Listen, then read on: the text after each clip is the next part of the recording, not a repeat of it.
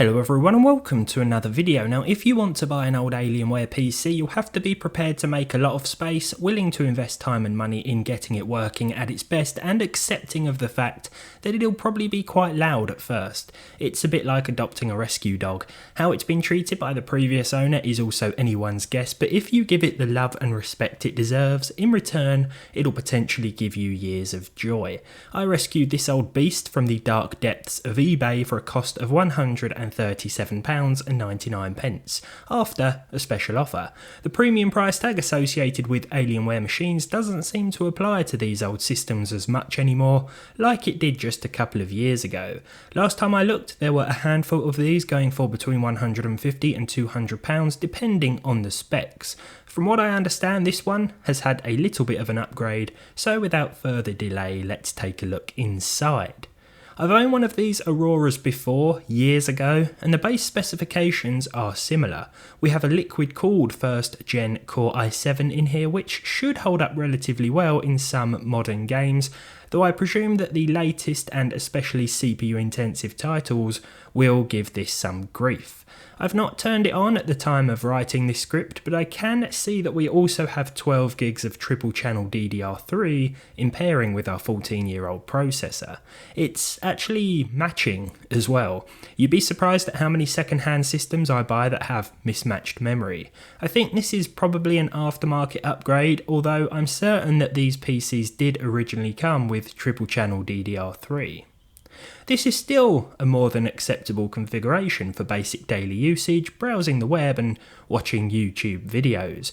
I want to get the graphics card out now because the seller has written GTX 1050 Ti under the item specifics tab, but 1052GB in their own product overview. Now my money is on it being the latter, but whatever it is, it's an iconic black and orange Gigabyte model. This represents the previous owner's attempt to breathe some new life into their aging PC, and on closer inspection it's a 2GB 1050. The i7 in here should still be able to handle more than this, but if the 1050 was added when it came out back in 2016, then it was definitely a pretty good low cost choice for respectable 1080p gaming. It'll certainly do a better job than whatever was in the Alienware when it left the factory, as this supports DX12 and still gets game-ready driver updates, for now. The 2 gigs of VRAM will struggle, I'm sure, but compared to what I can only assume was a 5870 or GTS 240, perhaps in SLI, at least it can start and run modern games. So let's turn it on.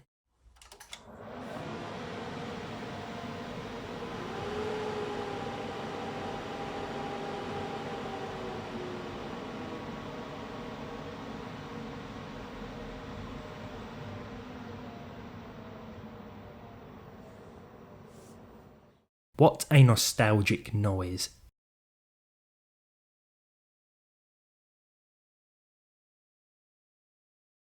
Now I apologise for the background noise. I am recording this live. The Alienware is humming away in the background, as you can probably tell. Not the quietest of machines. We're starting off with Cyberpunk for the games. Let's get into the settings and I'll show you what I'm using. HDD mode is of course on because I'm using the 1TB included hard drive. As for the graphics, we have the custom preset, which basically consists of everything, including the textures, being set to low. Ray tracing, don't even go there. The 1050 doesn't support it anyway. Even if it did, it would be horrendous. And 720p for the resolution. What I'm going to do now is hit Windows G and enable the built-in performance overlay, starting with Cyberpunk, and as you can see that frame rate is dropping quite a bit. The CPU usage is at 60%, so the GPU is definitely the limiting factor, the 2GB 1050. 38 frames per second. We are streaming, of course, playing off of the HDD, so I'm expecting a few more stutters here and there, a few more dips and drops. I haven't gone too much in depth with the benchmarking today because I wasn't sure what to expect. Those cars just appeared out of nowhere. Okay, HDD mode is on, so I think that reduces the traffic variety, traffic density, things like that. I think we may experience a few more loading screens going between areas. That's why sort of talking about the 1.1% lows doesn't make too much sense, because they'll be heavily affected by the random dips, freezes and drops that you might see on an HDD. At 720p we're actually holding pretty steady at around 30 frames per second. It's not too bad. Yeah, not bad at all. The GPU is definitely the limiting factor. We could definitely pair something more powerful with the i7-920, but not a terrible start, not as bad as I thought, even when we're playing straight off this ancient Alienware's possibly ancient hard drive. Here we are in Spider-Man Remastered then. Now what I want to say about buying any old pre-built, not just Alienwares if they come with a hard drive, is to immediately upgrade that to an SSD. You can still get money for used hard drives on sites like eBay. Be sure to format them first and then you can put that cash towards an SSD, because the difference when it comes to loading times and just general usage is going to be a lot quicker with even a standard SATA SSD. So definitely recommend doing that. I've installed everything onto the HDD that came with the machine just for the authentic Alienware experience. But there we go, low settings for Spider-Man. Not very low, just low. Resolution wise we've gone with 720p. If we get back into the game and once again enable the overlay, and well, things are pretty impressive. 45 FPS, well maybe not. Spoke too soon. I did try this before recording with 1080p native resolution and we saw 25 to 30 FPS depending on the area we were in and depending on what we were doing, of course, just generally swinging around. There seems to be a bit of a delay pressing the buttons on the keyboard.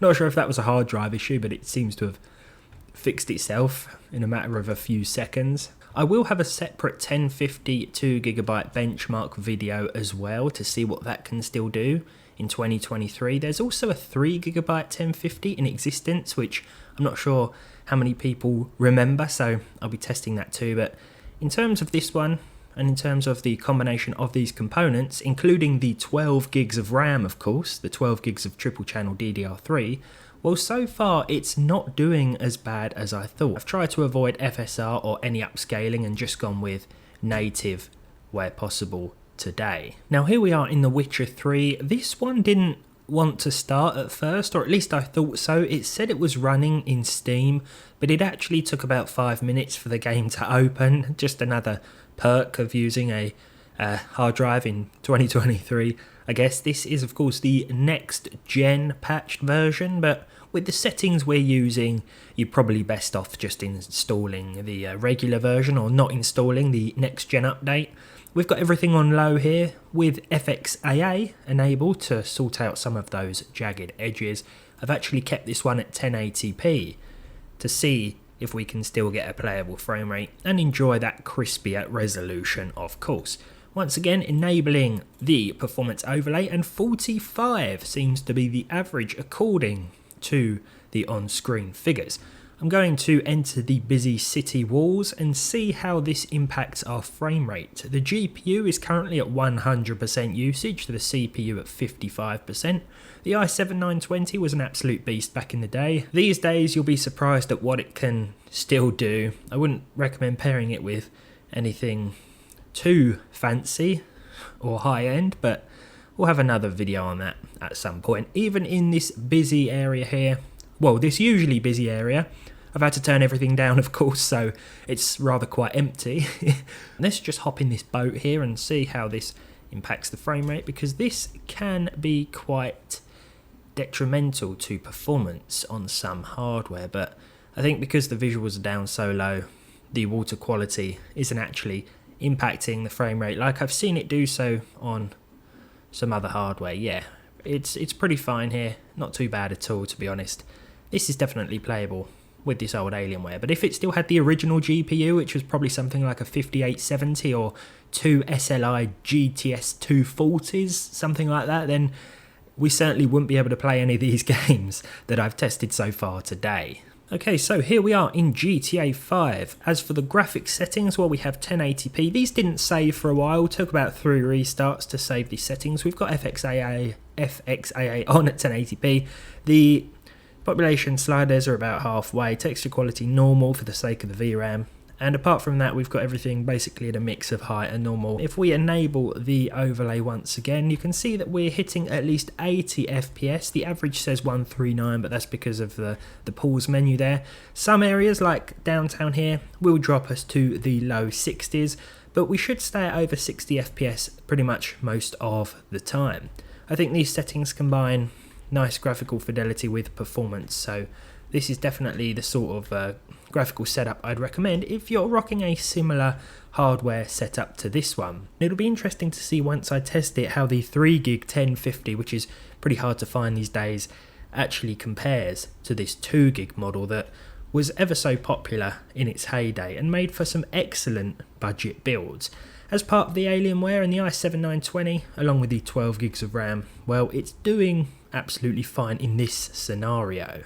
In Apex Legends, I kept it at 1080p, actually stuck with the resolution target being off, so this is native. Everything else is pretty much at its lowest, very low for the texture streaming budget, not off completely, but apart from that, everything including anti-aliasing was even turned off, so there we go. I think this is probably going to be best for most online competitive shooters such as this one. This is actually doing a lot better than I thought, especially with the hard drive. There may be a few more stutters here and there, but yeah, definitely worth turning things down to the lowest settings if you're playing a game like this. Those online multiplayer competitive shooters, definitely best for the lowest settings in my opinion. Now each map of course will alter the performance, but I think for the most part you're going to see solid enough frames if... almost had him, oh dear, if you turn things down. Of course, my downfall here isn't the performance that certain hardware offers, it's how terrible I am at this type of game. But as long as you're having fun, right, that's all that matters. So just like in Apex Legends, I thought the best thing to do here would be to actually set Fortnite to the lowest. I haven't actually gone with Performance API, I've just stuck with DX11, but all of these settings are at their lowest, apart from 3D resolution, which is at 100%, because if you choose the low preset, this will default to 50%, I believe. So I just kept this at 100% at 1080p, and we're going to see how well this performs. Well, I think it's safe to say we're definitely not benefiting from the Unreal Engine 5 graphical upgrades with these settings, but we are getting a somewhat respectable frame rate here. There are a little sort of performance problems here and there, a few dips and drops, nothing out of the ordinary for Fortnite, to be honest. There should be someone down here, where are you? Let's see if we can wipe them out before ending the gameplay. I think the i7-920 has definitely got more to give. We'll be seeing how the GTX 1050 does on its own in a separate video, so I think it's only fair that we test the i7-920's performance with a more powerful graphics card as well, but that is of course all to come. The game doesn't look that great, but as long as it's playable, I think that's all that matters, especially in a competitive online game such as this one. Let's get them. Here we go. Oh, look at that. Player 353 is no more. Plenty of frames to still remain competitive then.